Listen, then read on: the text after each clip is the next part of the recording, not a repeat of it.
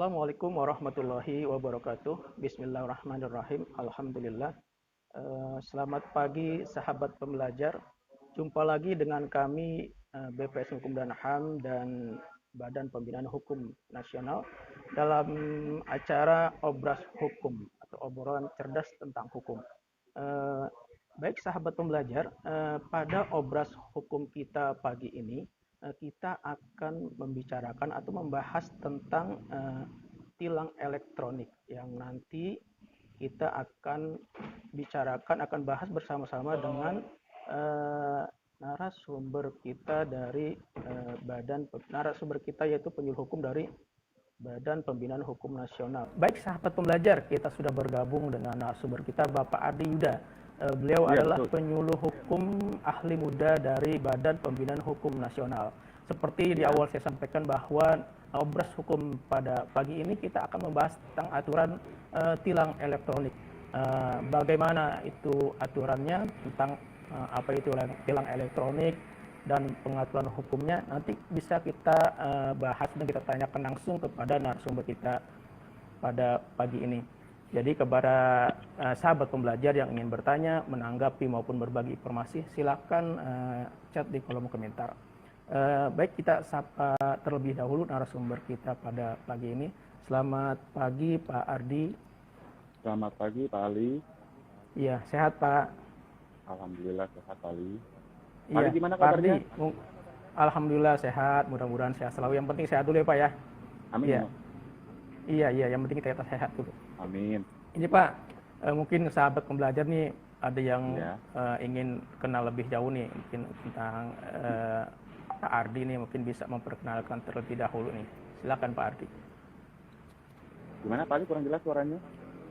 Iya, mungkin ini ada sahabat pembelajar mungkin yang ingin kenal lebih tahu nih tentang Pak Ardi nih. Kalau saya kan baru kasih tahu namanya nih, mungkin bisa memperkenalkan diri terlebih dahulu. Iya, memperkenalkan.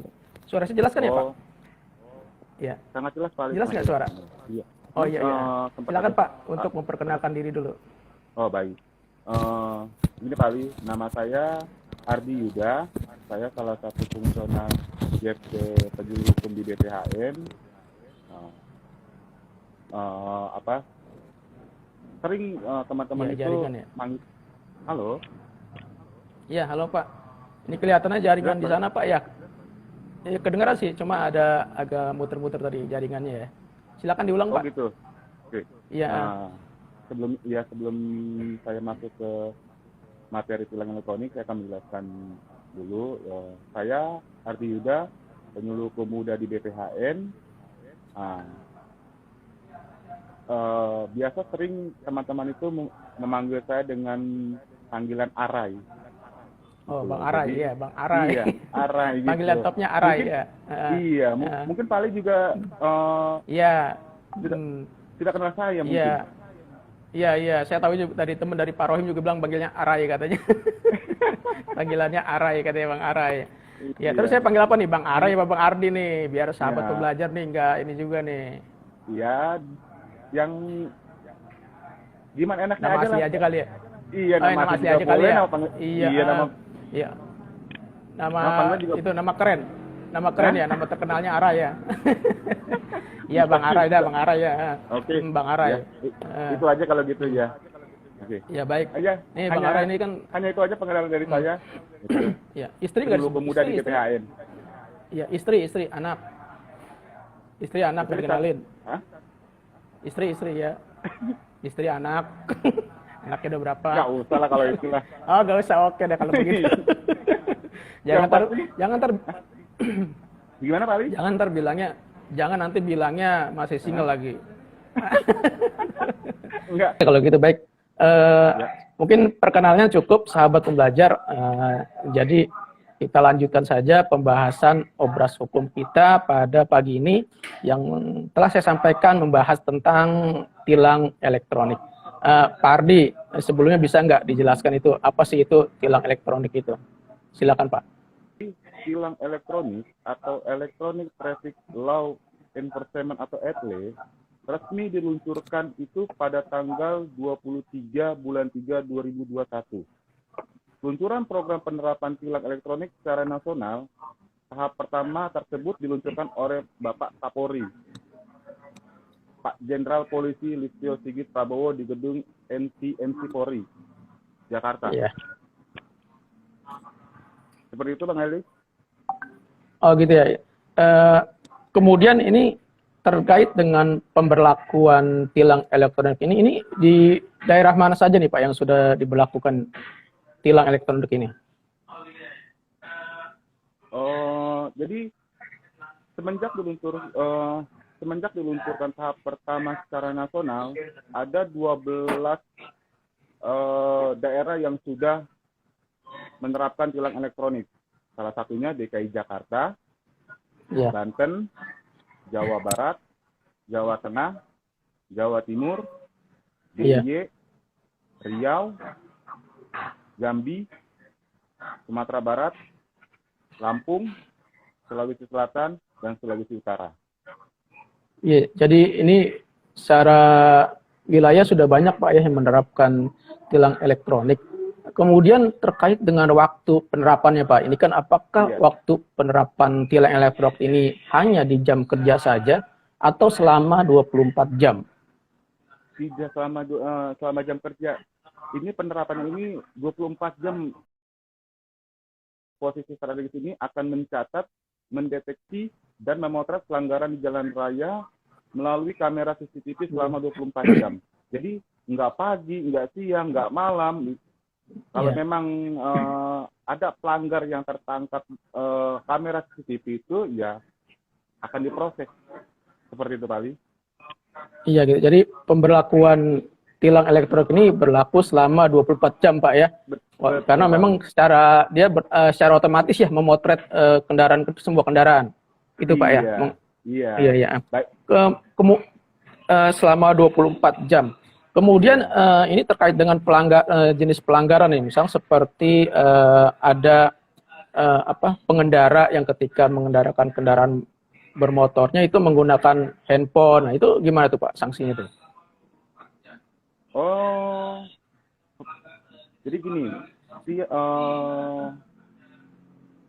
pelanggaran yang menggunakan handphone pada saat berkendara itu tertuang dalam pasal 283 Undang-Undang Nomor 22 Tahun 2019. Kegiatan yang mengganggu konsentrasi diancam pidana kurungan maksimal 3 tahun atau denda Rp750.000. Gitu loh. Jadi sangat membahayakan sekali tuh. Pada saat berkendara itu kita ya entah telepon atau ngotak-atik handphone ataupun apa, itu sangat membahayakan sekali. Karena bukan hanya denda aja gitu. Jadi kurungan 3 bulan itu udah gitu. Iya, jadi bisa mengganggu konsentrasi berkendara Pak ya? Iya, betul Pak Ali. Iya.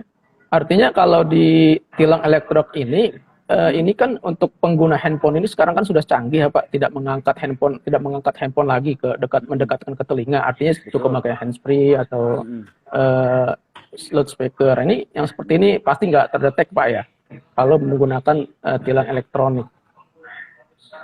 Jadi pada saat yang pasti gini Pak Ali, pada saat kita menggunakan handsfree ataupun handphone itu ditaruh, selama CCTV tilang elektronik itu benar-benar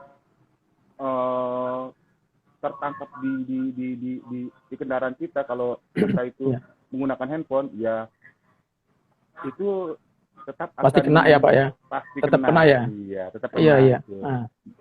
Kemudian juga ini yang terkait dengan pengendara sepeda motor yang tidak menggunakan helm ini. Ini karena kan kayaknya tilang elektronik ini kan masih adanya di wilayah tertentu Pak ya. Maksudnya yang tidak menggunakan helm. Nah, ini gimana nih sanksinya nih Pak? Nah, apalagi ini nih. Jadi saya pastikan sudah ada aturannya.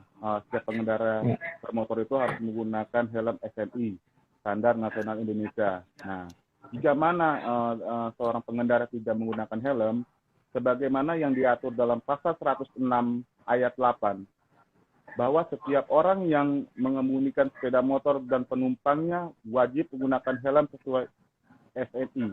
Apabila tidak, hukuman yang diberi kan bagi pelanggar itu termuat dalam pasal 290, yaitu kurungan paling lama 1 bulan atau denda Rp250.000.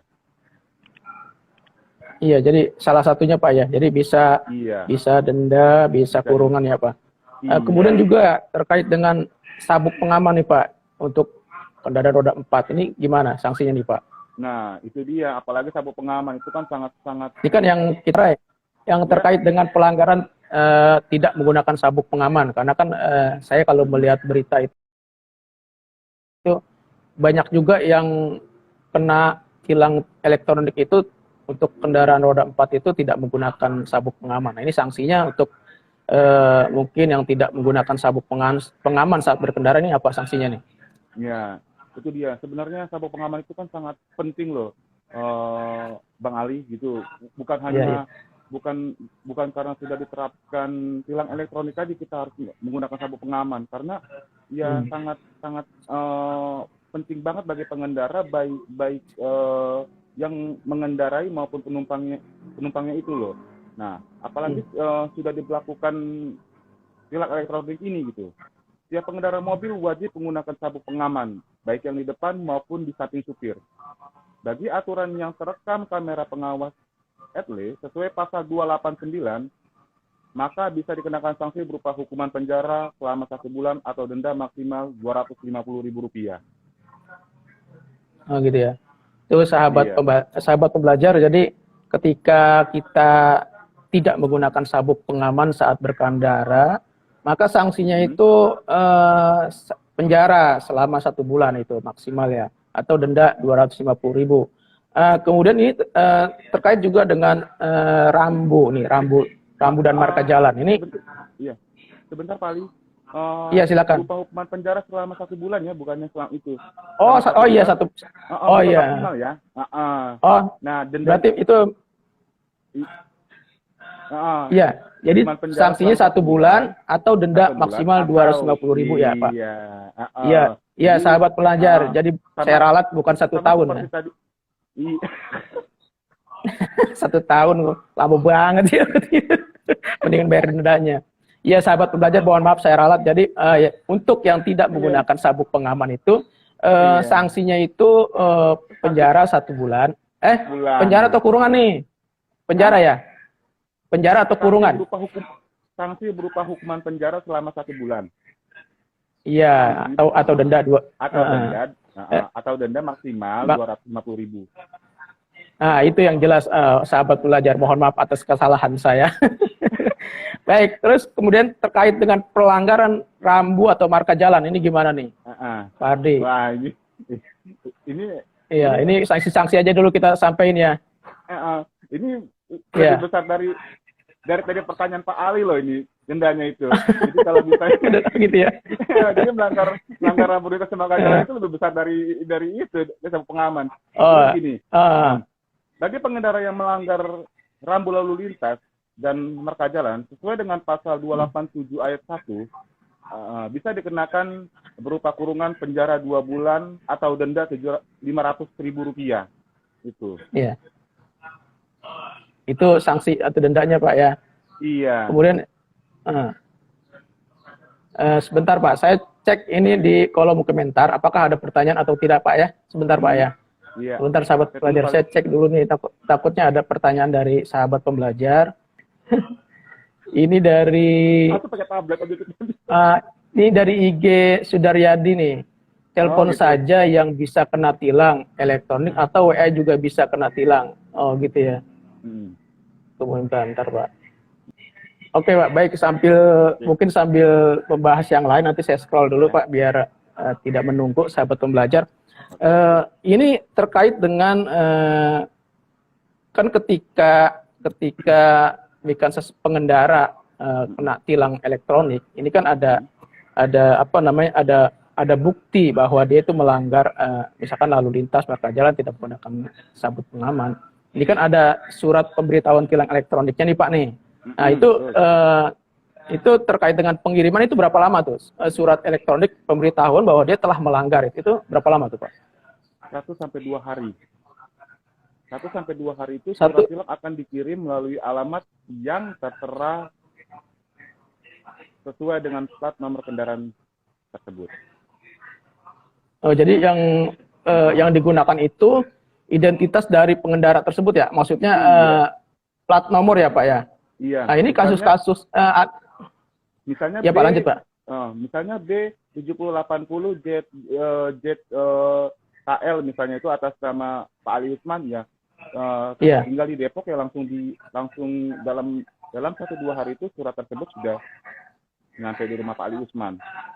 Oh gitu ya.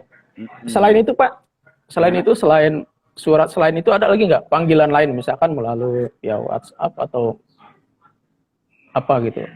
Oh iya Pak, ini terkait dengan gini. Ini kan kasusnya seperti misalkan saya menggunakan kendaraan orang lain. Ketika melanggar itu tetap yang dipanggil itu yang punya kendaraan, artinya identitas berdasarkan plat nomornya kan? Benar. Jadi iya, benar itu. Jadi siapapun yang menggunakan kendaraan itu tetap datanya itu data berdasarkan plat mobil atau motornya Pak ya? Benar, itu benar sekali Pak Ali. Jadi misalnya Pak Ali itu meminjamkan mobilnya ke si A. Nah, tiba-tiba si A itu tertangkap kamera CCTV tidak memakai seatbelt atau menggunakan handphone. Nah, pada saat dalam 1-2 hari yang tadi saya sampaikan, surat itu akan dikirim ke alamat sesuai dengan plat nomor kendaraan tersebut. Nah, pada saat itu juga Pak Ali yang menerima surat tersebut, ya walaupun Pak Ali tidak mengakui, yang pasti CCTV itu merekam sesuai dengan nomor kendaraan tersebut. Iya. Walaupun yang memakai mobil Pak Ali itu misalnya adik atau kakak ataupun apa itu tetaplah itu yang menjadi kena tilang elektronik itu ya atas nama Pak Ali tersebut gitu. Iya. Baik, nih Pak ada pertanyaan nih dari IG-nya Ardi.Yanti.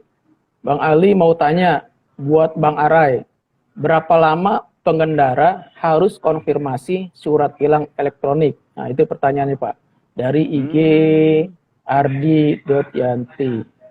Silakan Pak. Aduh. Terima kasih sebelumnya atas nama Ardi.Yanti ya. Iya. Gitu. Oh, itu. Terima kasih sebelumnya. Jadi untuk lamanya konfirmasi surat tilang elektronik itu 8 hari Pak Ali. Nah, 8 hari. Jika tidak melakukan pembayaran atau konfirmasi apapun di hari ke-9 itu akan dilakukan pemblokiran kendaraan tersebut. Jadi kendaraan tersebut akan diblokir Pak Ali pada saat hari ke-9-nya. Diblokir dalam artian gimana nih Pak? Nah, jadi gini. Jadi pada saat kita diblokir itu misalnya begini Pak Ali. Pada saat kita membayar pajak tahunan ataupun 5 tahun untuk memperpanjang plat itu tidak bisa. Jadi pihak kepolisian itu data nomor kendaraan tersebut bahwa ada salah satu kesalahan yang belum dikonfirmasi ataupun pada saat tilang elektronik itu si pengendara belum melakukan kewajiban untuk pembayaran. Seperti itu loh Pak Ali. Jadi kita tidak bisa membayar pajak, kita juga tidak bisa pajak tahunan, apalagi kendaraan tersebut itu dijual ke orang lain. Itu tidak bisa. Itu. Oh gitu. Jadi bukan Jadi semua urusan yang berhubungan dengan tilang elektronik, apapun itu pelanggaran kita itu, ya harus benar-benar diselesaikan dulu gitu. Ya, kalau tidak ya kendaraan kita akan diblokir gitu. Oh gitu ya. Bukan nanti pas saat bayar pajak kali dikenakan juga enggak? Enggak. Malah di situ nanti yang pada saat kita bayar pajak itulah tidak bisa karena data tersebut sudah diblokir di hari ke-9. Iya. Diblokir ya. Iya. Jadi berarti di surat itu mungkin ada pemberitahuan juga Pak ya. Kalau tidak membayar atau membayar dendanya ada pemblokiran gitu, ada pemberitahuan Pak ya di surat. Karena saya belum pernah sih ditilang, jadi nggak kurang tahu juga tuh bentuk tilang itu, tapi jangan sampai sih. Iya, jangan sampai ditilang. Iya, jangan sampai ditilang. Kita ikutin aturan yang ada ya. Benar, iya, itu juga. Iya. Biar jadi iya, untuk keselamatan kita ya. Berkendara gitu loh, dan mematuhi peraturan lalu lintas yang ada itu. Iya. Kemudian ini ada lagi nih Pak, dari IG Motu Mona 76. Mana yang efektif dalam efek jerak? Apakah tilang manual atau tilang elektronik? Dari IG Motu Mona 76. Silakan Pak. Saya lebih efektif itu adalah tilang elektronik. Iya. Gitu. Jadi semuanya itu sudah jelas Pak. Paling jadi prosedurnya, apa aja yang kita lakukan, terus tahapannya itu semua sudah jelas. Iya, jadi lebih memudahkan Pak ya, sebetulnya juga memudahkan kita juga ya. Kemudian juga ini kan merupakan bisa dikatakan inovasi dari Polri ya Pak ya. Betul. Terkait dengan pelayanan publik atas pelanggaran lalu lintas nih. Jadi inovasi yang mungkin perlu kita dukung juga, karena kan ya mungkin yang dulu-dulu itu ketika terjadi pelanggaran lalu lintas, misalkan ada pengendara motor yang tidak menggunakan helm, kemudian ada oknum polisi, itu kan terjadi suap tuh Pak ya, atau bahasanya bahasa damai gitu kan, bahasa damai itu kan oknum ya Pak, oknum polisi, oknum yang seperti itu. Iya, nah setelah adanya inovasi dari Polri tentang tilang elektronik ini memudahkan juga. Kemudian juga bisa menghilangkan menghilangkan praktek suap ini salah satunya. Ya saya setuju dengan Pak Bang Aray ini yang disampaikan bahwa tilang elektronik mungkin lebih efektif, walaupun mungkin juga ada kekurangannya. Kemudian ini ada juga nih Pak, kita jawab pertanyaan dulu nih Pak ya. Boleh, silakan. Bang Aray. Ya Bang Aray, ini ada pertanyaan lagi nih dari IG Putu Sumiasi. Izin bertanya. Kapan berlakunya dan di mana aja diberlakukan, dan bagaimana kalau kendaraan sudah berpindah tangan? Terima kasih. Nah, silakan Pak. Iya. Tadi kan di awal saya sudah mungkin baru bergabung nih Pak, mungkin baru bergabung kali. Oh iya, tidak apa-apa. Saya dengan senang hati kok, walaupun ini ya, dengan senang hati saya mengulang kembali gitu. Nah, jadi gini, tilang elektronik itu resmi diluncurkan pada tanggal 23 Maret 2021. Peluncuran program penerapan tilang elektronik secara nasional tahap pertama tersebut itu diluncurkan oleh Pak Kapolri, Pak Jenderal Pol Listio Sigit Prabowo di gedung NTMC Polri Jakarta. Itu loh. Nah, terus daerah mana aja tadi? Tadi ada 12 daerah yang sudah diluncurkan. Pertama DKI Jakarta, Banten, Jawa Barat, Jawa Tengah, Jawa Timur, DIY, Riau, Jambi, Sumatera Barat, Lampung, Sulawesi Selatan, dan Sulawesi Utara. Ya, itu yang sudah diberlakukan daerah-daerahnya yang sudah disebutkan oleh Bang Aray. Kemudian ada yang tertinggal Pak, bagaimana kalau kendaraannya sudah dijual, berpindah tangan atau dijual ya? Itu gimana Pak kalau kendaraannya sudah berpindah tangan? Nanti gimana? Jadi gini, jika memang kendaraan tersebut sudah berpindah tangan ke orang lain dan terkena tilang elektronik, pelanggar yang melanggar akan tetap diberikan surat konfirmasi pelanggaran lalu lintas tersebut. Jadi ke alamat tersebut, misalnya gini Pak Ali, saya sudah menjual kendaraan ke Pak Ali. Nah, tiba-tiba seminggu kemudian pada saat kita menjual, Pak Ali tertangkap kamera tilang elektronik. Tetap pihak kepolisian tetap menunjukkan surat tilang itu ke alamat saya. Iya, berdasarkan plat ya. Iya, berdasarkan plat tadi yang sudah saya sampaikan. Karena di sisi lain juga saya juga belum balik nama, belum melakukan pemblokiran ke Samsat. Nah, maka dari itu akan diberikan tenggang waktu 2 minggu untuk konfirmasi pelanggaran yang tertera di surat tilang tersebut. Jika kendaraan yang dimaksud bukan kendaraan milik orang yang mendapatkan surat konfirmasi, hal itu harus segera dikonfirmasi. Jika yang bersangkutan merasa kalau kendaraan itu sudah bukan miliknya lagi, bisa langsung konfirmasi melalui telepon, langsung atau ditunggu di hari juga untuk diblokir ataupun balik nama. Itu loh langkahnya kali. Iya, iya. Iya, jadi sahabat pembelajar, jadi ketika kendaraannya sudah dijual atau berpindah tangan, kemudian terkena melakukan pengendaranya melakukan pelanggaran dan kena tilang elektronik, kemudian pemberitahuan surat tilangnya dialamatkan ke penjual yang sudah menjual, maka langkahnya itu konfirmasi ke konfirmasi Pak ya, konfirmasi atau telepon atau langsung datang ke tempat pemanggilan untuk pembayaran elektronik itu untuk melakukan surat tilang berdasarkan surat tilang tersebut. Jadi konfirmasi aja. Jadi buat sahabat pembelajar juga memang sebaiknya silakan Pak. Iya silakan Pak. Misalnya kita kena tilang di daerah Jakarta ya. Misalnya kita kena tilang di Jakarta. Surat tilang itu memang ditujukan kita harus mengkonfirmasi ke Subdit Gakum Jalan MT Haryono, Tebet. Iya. Ya, halo Pak. Iya Pak. Iya Pak. Ya, silakan gitu. Pak. Ya. Jadi di dalam surat tulang itu, misalnya kita kena di Jakarta gitu. Nah, kita disuruh datang dan konfirmasi ke Subdit Gakum Polda Metro Jaya yang di Jalan MT Haryono. Tebet itu loh kali. Jadi juga kita bisa konfirmasi apakah kendaraan tersebut sudah kita jual, apakah kita tidak melakukan kesalahan tersebut, bahwa yang melakukan itu si pembelinya ataupun apa, ya kita bisa konfirmasi ke Subdit Gakum itu. Iya Pak ya. Kemudian juga nih ada dari IG Aris _ Brunger. Ini aja apabila bentar Pak, bentar.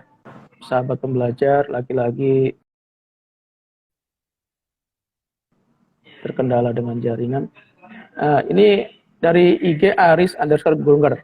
Kapan tenggang waktu pembayaran tilang elektronik dan apa yang terjadi jika pengendara tidak bayar denda? Tadi sebetulnya sudah disampaikan juga nih Pak ya.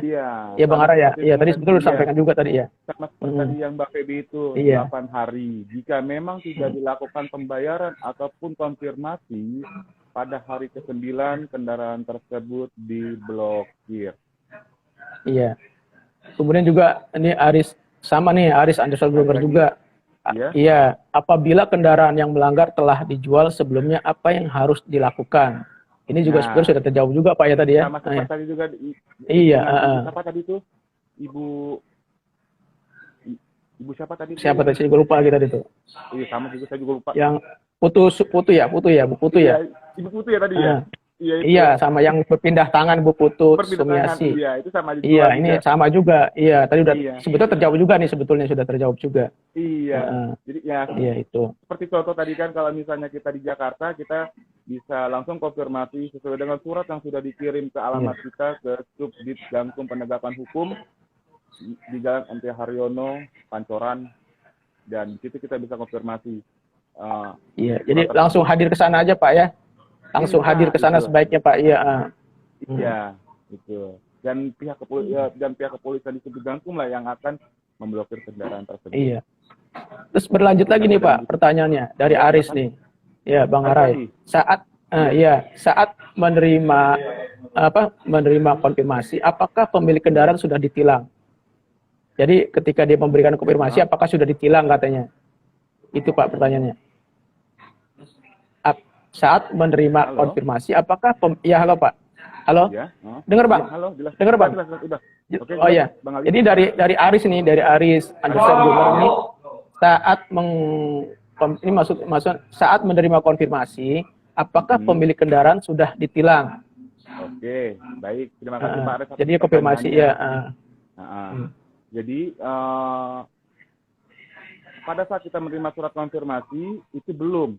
Nah, surat konfirmasi adalah langkah awal dari penindakan di mana pemilik kendaraan wajib konfirmasi tentang pemilik kendaraan dan pengemudi kendaraan pada saat terjadinya pelanggaran. Iya, iya. Itu jadi ya. Ini Iya. Aris underscore banyak juga nih pertanyaan nih Pak Bang. Lagi? Gimana? Iya, sebetulnya ini scroll itu tadi dari atas nih, saya dari bawah. Jadi apa saja yang terdetek oleh kamera e-tilang dan berapa besaran dendanya? Tadi juga disampaikan ya, dari Tadi, pelanggaran iya. tidak Untuk telepon, udah iya, sebuah seat belt semua sabuk pengaman itu sudah dijelaskan tadi. Tidak memakai helm. Iya, Iya. jadi intinya sih rata-rata itu 250.000 untuk pelanggaran itu ya, tidak menggunakan sabuk pengaman, helm itu maksimal 250.000 dendanya. Kemudian baik Pak. Halo, iya, Pak. Iya. Berarti Pak Ali, bukannya 250.000 sedangkan itunya, bukan? Iya, yang untuk ini ya, untuk sepeda motor ya, tidak helm tidak pakai helm 250.000 ya. Kemudian ya, sabuk pengaman 250.000. 7,5 Pak Ali. Halo? Hah? Iya, halo. Halo. Untuk ya, halo. 7,5. Iya. Terus untuk tidak memakai helm SN itu 250.000. Iya, sabuk pengaman. Sabuk pengaman 250.000 ya. Iya. Itu dendanya Pak. Terus melanggar rambu atau marka jalan itu denda 500.000 ya. 500.000. Nah, iya, itu. Bermain handphone pada saat berkendara 750. Iya, itu kan lebih berbahaya tuh Pak ya. Iya. Karena bisa membahayakan orang lain, jadi dendanya lebih besar itu. Iya. Ini Aris Gerungger lagi nih. Banyak dia tanya nih. Kapan? Bentar. Iya. Ini jaringan nih. Bang Arai, masih dengar Bang Arai? Halo? Masih Bang Ali. Oh, masih iya. Masih. Ini saya habisin apa gimana nih? Ini dari IG. Habis kalau udah bertanya nggak dijawab nanti kan penasaran nih ya kan. Jadi iya sudah berpartisipasi dari awal hingga akhir, jadi harus kita berikan pelayanan yang maksimal ini. Ini dari Aris, IG Aris underscore Grunger.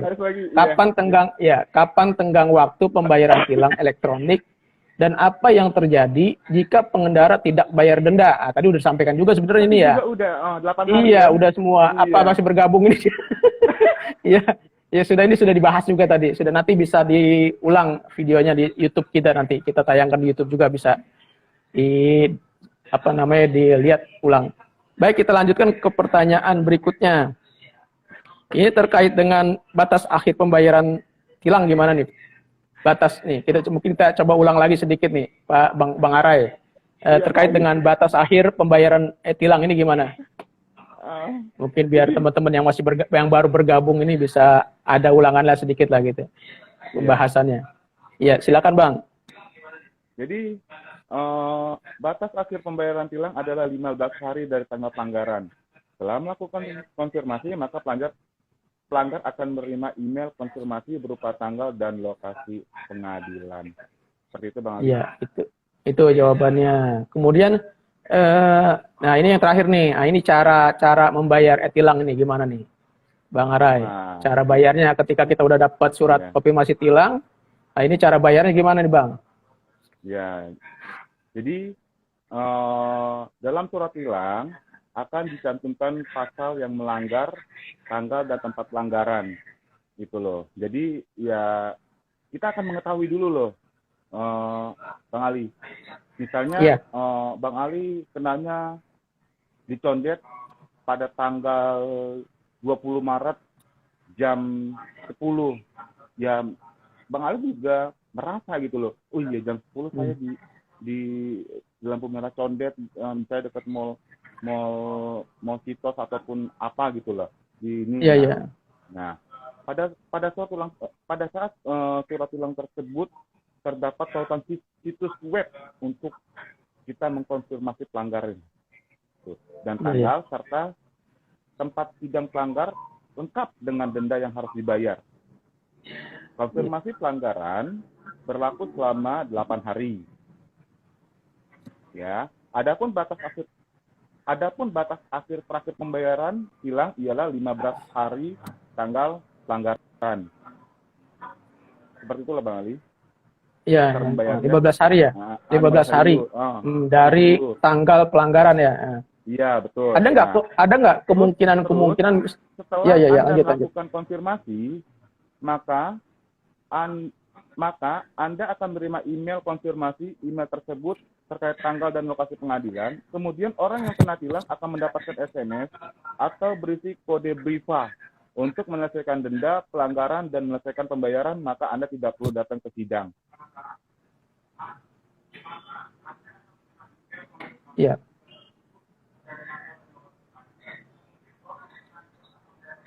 Cukup, Ardi? Halo?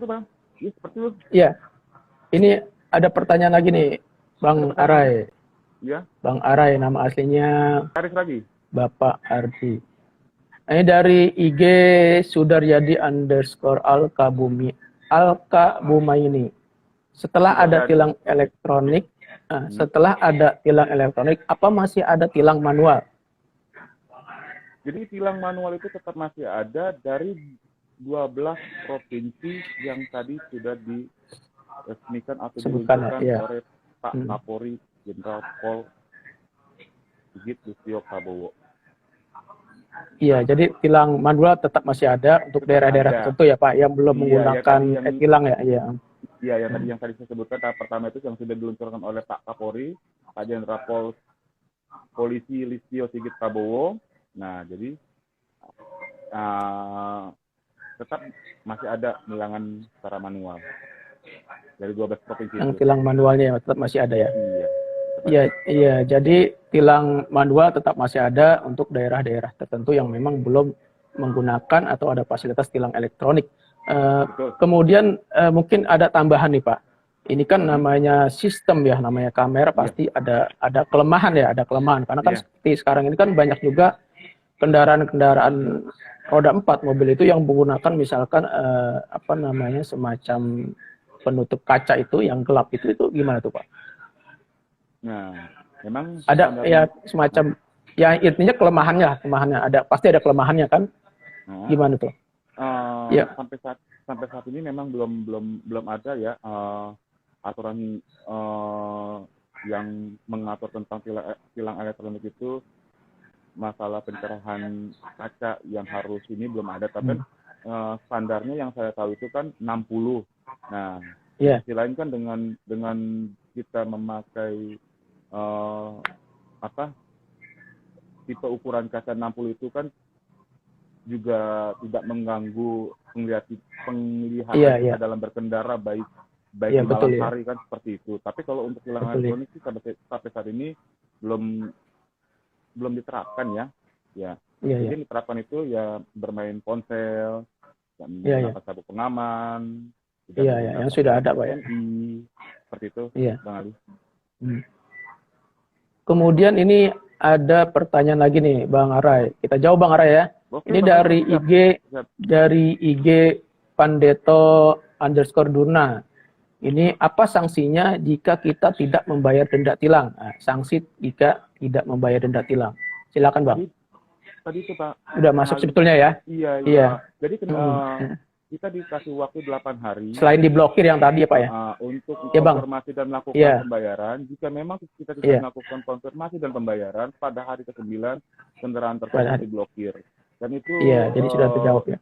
Iya, itu sangat berjangka, maksudnya bukan di situ aja, untuk kita bayar pajak juga tidak bisa, menjual kendaraan kita tersebut, misalnya kita mau ganti gitu, mau ngejual ke orang lain itu tidak bisa. Jadi data tersebut sudah benar-benar online. Diblokir Pak ya jadinya. Iya. Jadi sanksinya kalau tidak membayar denda tilang itu salah satunya diblokir ya. Baik Bang Arai, ini kayaknya sudah cukup juga nih waktu kita nih. Kira-kira nih ada nggak? Iya, kayak pertanyaan juga udah kosong nih. Udah kosong. Iya, dia udah kosong nih pertanyaan nih mungkin dah. Mungkin dari Bang Arai ini selaku penyuluh hukum nih untuk sahabat pembelajar dan teman-teman yang saat ini menyaksikan obras hukum kita kini, ada nggak pesan-pesan yang ingin disampaikan ini terkait dengan ITE ini? Nah, jadi yang pasti ini salah satu tugas kita semua dalam mentaati peraturan rambu-rambu lalu lintas, serta berhati-hatilah dalam berkendara dan mematuhi peraturan lalu lintas yang sudah ada. Itu aja. Iya, jangan lupa mematuhi peraturan yang sudah ada, tertib berlalu lintas ya Pak ya, untuk keamanan, keselamatan kita saat berkendara. Ini ada lagi di pertanyaan dari dari IG-nya Sudaryadi _Alkabum yang ini. Iya Pak Sudaryadi. Jumlah denda tilang mobil mewah dengan mobil murah sama enggak? Misal antara mobil Alphard sama Agya, sama apa tidak? Makasih. Tuh. Dendanya sama enggak? Mobil mewah sama mobil yang enggak mewah lah kasarnya gitu. Silakan. Ya, jadi iya. Jadi dicontohkan misalnya Alphard, Agya gitu ya. Iya, dendanya sama enggak katanya gitu. Mobil mewah sama enggak mewah ada Pak kasarnya gitu ya. Pak Sudaryadi ini tanyanya katanya mobil mewah ya. Sama enggak dendanya? Iya. Harusnya Bang yang mewah tuh lebih gede dendanya. Silakan Bang, jawab aja Bang.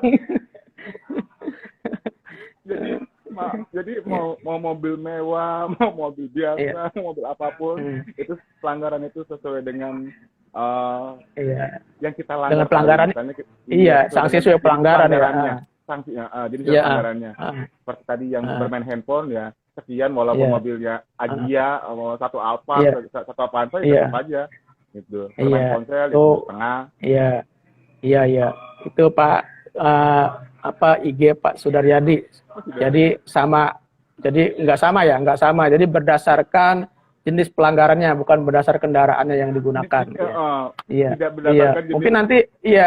Mungkin nanti kalau bisa, mungkin bisa diusulkan juga nanti itu untuk tahun-tahun berikutnya, mungkin kalau ada perubahan undang-undangnya supaya mobil mewah lebih gede, lebih besar dendanya dibandingkan mobil yang kurang mewah. Ini ada lagi nih. Ada Bang Arai, ada lagi nih Bang Arai. Tadinya mau ditutup. Iya, tadinya mau ditutup. Ini ada pertanyaan, kita jawab dulu pertanyaannya. Iya. Oke. Ini dari IG-nya, ini dari IG Unandar 7. Ini izin bergabung. Mau tanya kalau mau melihat kena tilangnya.